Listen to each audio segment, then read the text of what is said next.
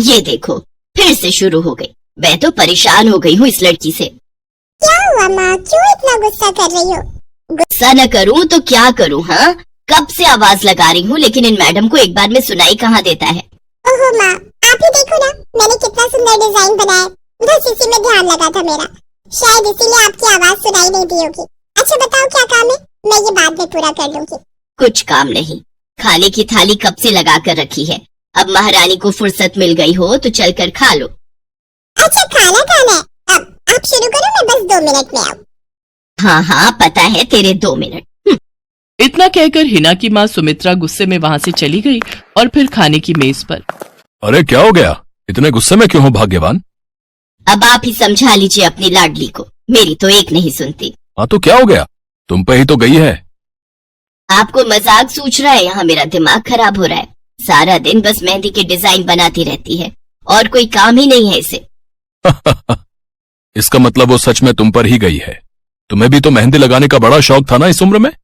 हाँ, पर मैं घर का सारा कामकाज निपटाने के बाद ये सब करती थी। अरे ये तो खाना पीना भी छोड़कर बैठी है।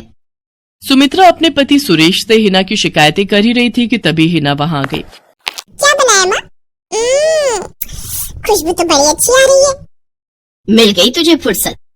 हाँ माँ, देखो ना मेरा आज का डिजाइन, पापा देखिए ना कैसा है। सच में डिजाइन तो वाकई बढ़िया बनाया है लाडू। ये लाडू बोल बोल कर आपने ही इसका दिमाग खराब करके रखा है। मेरी जान को कितना काम है पता है, ती जा रही है, मगर ये लड़की मेरी बिल्कुल मदद नहीं करती। ओहो, आज सिर्फ खरी खोटी ही सुनाओगी या कुछ खाना भी मिलेगा भाग्यवान? सुरेश की बात सुनकर सुमित्रा की हंसी निकल गई और उसे हंसता देख सभी लोग हंसने लगे। हिना अपने माता पिता की अकेली संतान थी। हिना को बचपन से ही मेहंदी के नए नए डिजाइन बनाने का बड़ा शौक था। वो कागज पर रोज कुछ न कुछ नया बनाने की कोशिश करती और फिर उसे अपने या अपनी माँ के हाथों पर लगाती। हिना के कॉलेज की पढ़ाई भी अब पूरी हो गई थी, तो अब उसके लिए रिश्ते आने भी शुरू हो गए थे। अरे सुमित्रा कहाँ हो, जल्दी आओ। क्या हुआ जी?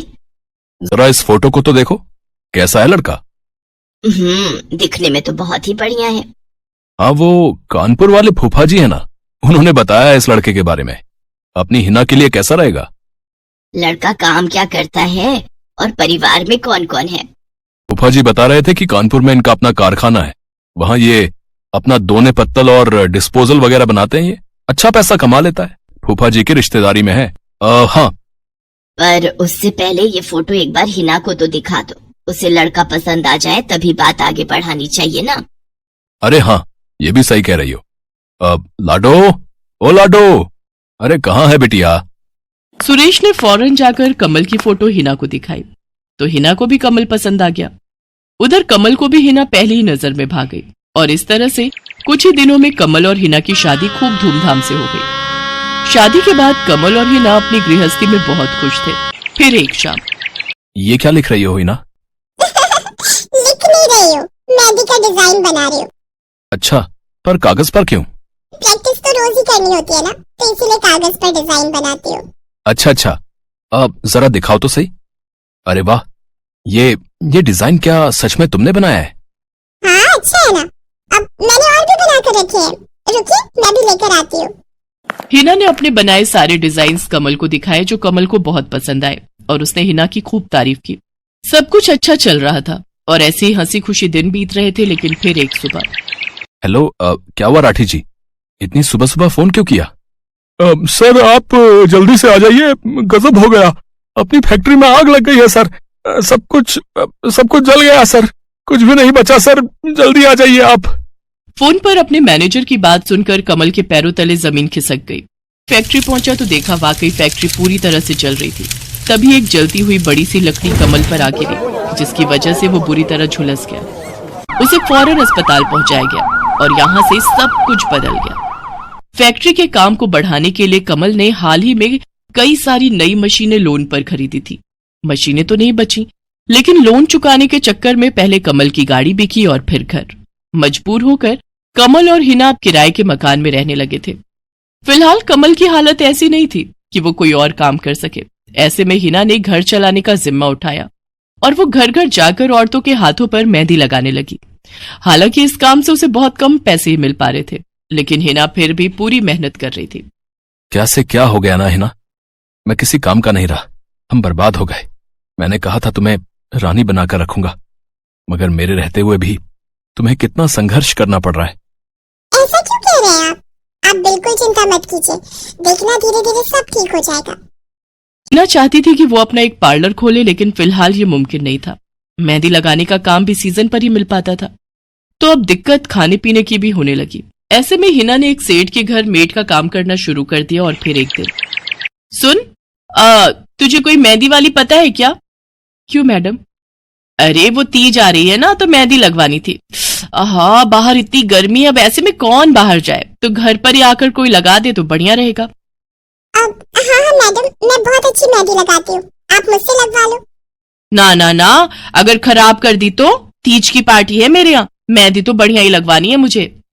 मैडम आप बिल्कुल चिंता मत कीजिए, और रुकिए, मैं अभी आपको कागज पर मेहंदी का डिजाइन बनाकर दिखाती हूँ, फिर आगे आप ही तय करना। इतना कहकर हिना ने फौरन एक कागज लिया और कुछ ही देर में उस पर एक बहुत ही सुंदर मेहंदी का डिजाइन बना दिया। और फिर, अरे वाह, ये तो सच में बहुत सुंदर है, बिल्कुल नया और बहुत ही खूबसूरत डिजाइन है। अब तू ये डिजाइन मेरे हाथ पर भी सेम टू सेम लगा देगी ना? हाँ मैडम, आप मुझ पर विश्वास कीजिए, मैं बचपन से ही करती आई हूँ। उस दिन हिना ने पूरे मन से अपनी मालकिन के दोनों हाथों पर मेहंदी लगाई। हिना ने जो डिजाइन बनाया था वो एकदम नया था और सुंदर भी। फिर अगले दिन, नमस्ते साहब, वो आपको कुछ? हाँ, मैं तुम्हारा ही इंतजार कर रहा था। ये कल शिवानी के हाथों पर तुम ही ने मेहंदी लगाई थी ना? जी साहब, मैंने ही लगाई थी। अब कोई गलती हो गई क्या मुझसे? नहीं, ऐसी कोई बात नहीं है, बस ये जानना था तुमसे कि मेहंदी का वो डिजाइन कहाँ से देखकर लगाया तुमने? कहीं से नहीं साहब, वो तो मैंने खुद से सोचा था, मैं कभी कहीं से देखकर डिजाइन नहीं बनाती। अच्छा, अगर ऐसा है तो जरा ये कागज और जरा इस पर एक मोर की थीम पर बेस्ड एक डिजाइन बनाकर दिखाओ, पर याद रहे डिजाइन बिल्कुल नया होना चाहिए। जी साहब, बस 2 मिनट दीजिए। हिना ने बस कुछ मिनटों के अंदर वो करके दिखा दिया, जिसे देखकर उसका मालिक साहिल मल्होत्रा हैरान रह गया। वाह, सच में कमाल है ये तो। अब तुमने डिजाइनिंग सीखी है क्या कहीं से? नहीं साहब, सीखी तो नहीं, लेकिन मुझे बचपन से ही शौक है मेहंदी लगाने का, तो बस इसीलिए। समझ गया। देखो हिना, तुम्हारा हुनर लाजवाब है और तुम्हें अपने इस हुनर को ऐसे बेकार नहीं जाने देना चाहिए। जी मतलब? तुम्हें पता है ना, मेरी फैक्ट्री में लेडीज कपड़ों के लिए कपड़ा बनता है, लेकिन काफी समय से मैं परेशान हूँ क्योंकि सूट साड़ियों वगैरह के लिए मेरे पास नए डिजाइन की कमी पड़ गई है। लेकिन अब लगता है ये कमी नहीं रहेगी। बोलो, बतौर डिजाइनर मेरे लिए काम करोगी तुम? जी साहब, बिल्कुल करूंगी।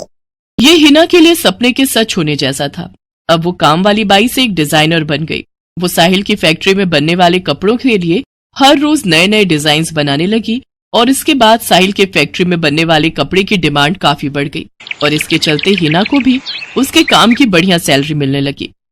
हिना अब अपनी कमाई से न सिर्फ अपना घर खर्च चलाने लगी, बल्कि उसने शहर के बढ़िया डॉक्टर से कमल का इलाज भी कराया, जिससे कमल बहुत जल्दी ठीक हो गया और उसने भी काम करना शुरू कर दिया। पर इस सब में पूरा 1 साल बीत गया और एक बार फिर से तीज का त्योहार आया। देखिए तो कैसी लग रही हूँ मैं? बिल्कुल चांद जैसी लग रही हो। हिना ने नई हरे रंग की साड़ी पहनी हुई थी जो उसने खुद डिजाइन की थी और वाकई वो उसमें बहुत ही सुंदर लग रही थी। हिना, तुम सच में बहुत बहादुर हो। मैं तो उस हादसे के बाद उठकर खड़ा ही नहीं हो पाता, लेकिन तुमने सब कुछ ठीक कर दिया। तीज का ये त्योहार ही इसलिए है जी, मैं आपको कभी कुछ नहीं होने दूंगी।